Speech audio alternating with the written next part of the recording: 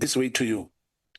Are you comfortable for your gadgets to be taken from you?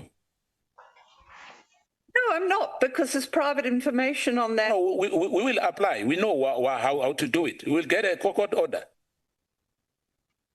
But how dare you? I'm a private person. How dare you do this to me? No, I'm asking. I'm asking. I'm not saying I'm going to do that. No. I'm saying, are you comfortable that if the police have to take your gadgets like any other one, because there's probing in yeah. So my question, I'm saying, are you comfortable? I'm not comfortable because it's private. It's private family issues. I understand that. And since I'm asking you, my follow-up question was simple, and you still did not respond on my question. I asked you, why are you involving yourself on police operational matters? I've told you that because I care about justice. I care about people. One death is too much. No, I care about people. All of us, we care. I apologize for that. Okay. Please, may I ask, this is turning into a witch hunt of me. No, let me. And I'm objecting and I'm putting it on record. Let me help you, both of you.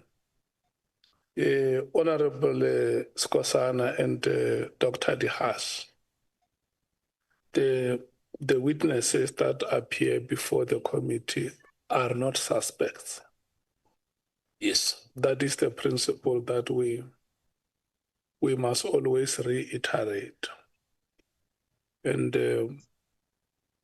I don't think that it's fair, Honorable Skosana, to go to an extent of telling the witness that we know the procedure that we must follow in case we must apply for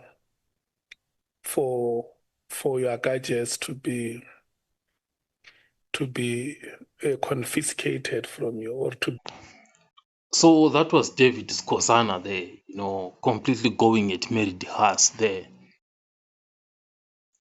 So that question, it made Mary De Haas to be completely uncomfortable, to be like, you cannot do that, there is private information. Of course, there is indeed private information there, but why would she be afraid? I mean, that question was asked to Begicele, and Begicele responded, in a much better way to say, okay, you do indicate that this is what you're looking for.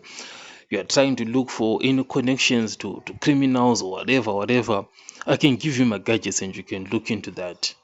Senzo Mchunu was open, and was like, you can take my gadgets. And his gadgets were indeed taken from him. His serious gadgets were taken from him.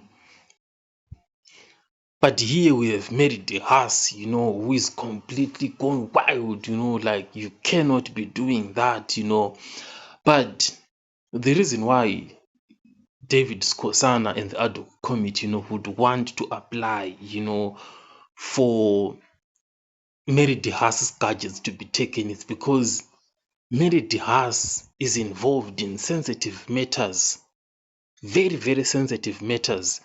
She is receiving external funding from outside South Africa. So there is every reason, for her gadgets to be investigated. In fact, if I'm to rank, in terms of whose gadgets should be taken first, I would put Mary De Haas at the top and Begicele at the bottom, because this woman, is involved in very sensitive matters. She is influencing very big decisions. She is receiving external funding. So due to all of these three reasons that I just mentioned, there is every reason, for investigators to probe even deeper, to try and find out like what is really going on, with this woman right here. Because what you do not want, is for an agent, like maybe, she might be an agent, you never know. But the important thing, is that the chairperson there, made it very clear, that those who are appearing before the committee are not suspects. Therefore, you cannot tell them, that we are going to be confiscating your gadgets. We know the procedure. So I would like to cross-check that statement with the statement, like what is a suspect really? I know the chairperson has said everyone who appears there is not a suspect, but what makes someone to be a suspect? So researching here as to what makes someone to be a suspect, is that there's just a reason, to believe they may have committed the crime or maybe are involved. So what I'm seeing here is that there is no need for any evidence, or maybe there is, but it's just believing what I'm seeing here. But it doesn't mean, that they're guilty. So this part is very important here.